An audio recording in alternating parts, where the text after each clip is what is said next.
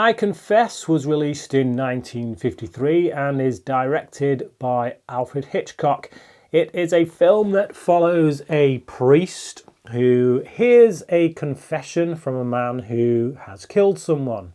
He knows this man, he knows both men actually, the victim and the killer, because he has heard this confession in confession, he is bound by the priest's oath to not speak of it, to not give away the fact that he knows who the killer is.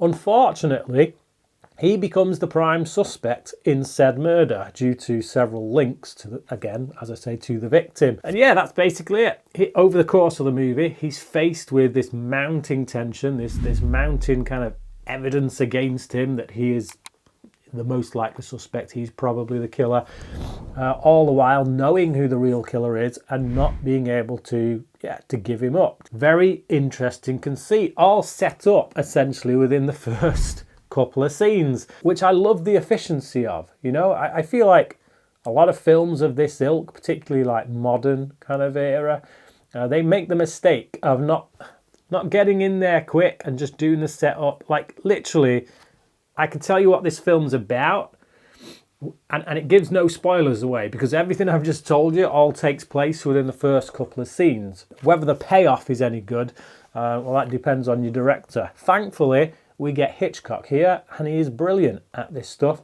so the payoff is actually quite fantastic. Karl Malden is in this, and he plays the police officer, the cop, the detective that is trying to pin all the evidence, or not pin it. He's got good reason to believe that this priest is the man who did it, especially given how tight-lipped he's being.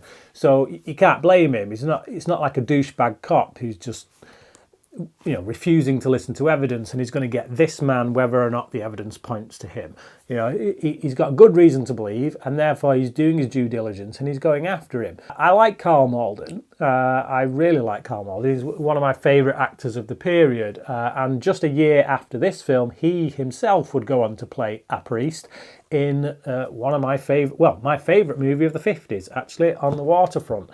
It's funny here seeing him pursuing a priest, only to go on to play one the year after. But I like him here. I like his dogged determination. I like the fact that actually, if I didn't know what I knew about Montgomery Clift's priest character in this film, then I would probably be on this guy's side. I'd be rooting for him to get his man.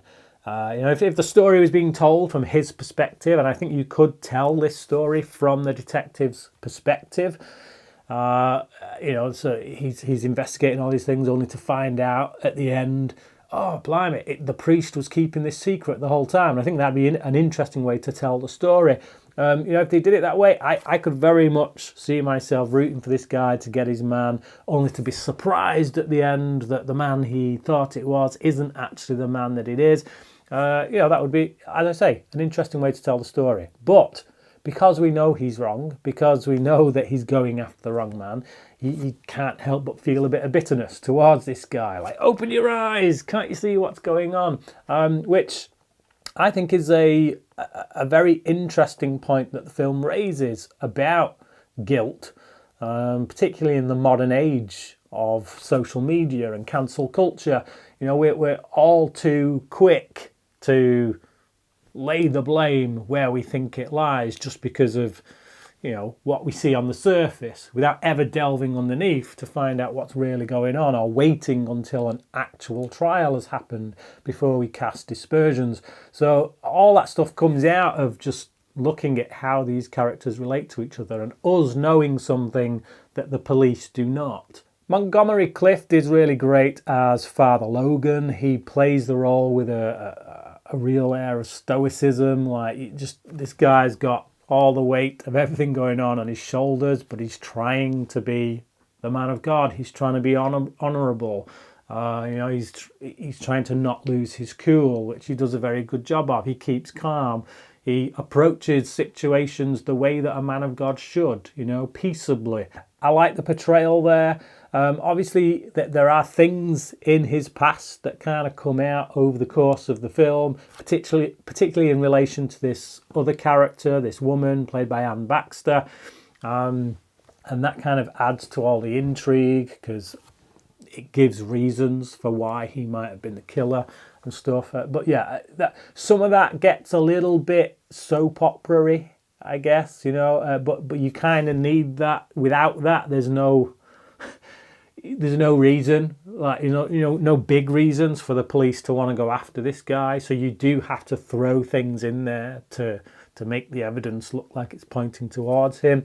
And as a result of that, we do get this subplot between him and Anne Baxter's character. For me, I think this film is more interested in the character study of who Father Logan is and what his values represent, and how you can still hold those values when faced with so much adversity. I think Hitchcock is mostly interested in that, and particularly Clift as well as an actor. I know he, at the time of making this, delved quite deep into spirituality. He was searching. I watched one of the making of documentaries on the disc for this, and I can't remember who it was who said it, but like they were a friend of Clift at the time, and they said that making this film really affected him, because at the time he was searching for answers in regards to, is there a God? What's our purpose? That kind of thing. And I feel that comes through in this character that he plays in Father Logan. He's trying to be loving, he's trying to be caring, he's trying to be a good person. Ultimately, he's trying to keep his promises to God. And you might argue that because of that, ultimately, the truth will out. What is done in secret, what is done in the dark, will be brought into the light, as the scripture tells us. So yeah, trusting in God is what this priest does. He doesn't speak out the truth, even though he's probably well within his rights to do so. But it comes out anyway, because he puts his trust in God, not in the systems of man. So I like all that stuff. I feed off it. It's great. It really speaks to me, really inspires me. So as a result, I really liked this film. Thought it was cracking. I thought it was top tier Hitchcock, to be honest. What about you though? Have you seen I Confess, and where do you think it sits in the pantheon of Hitchcock movies? This guy did a lot of movies, huge output, it's got to be said. Even now I've only seen like 20% of his output. What about you though? Have you seen I Confess? And if so, what did you think about it? Top tier Hitchcock or a bit of a disappointment? Let me know down in the comments section below. Thank you for watching this review, and until next time, cracking.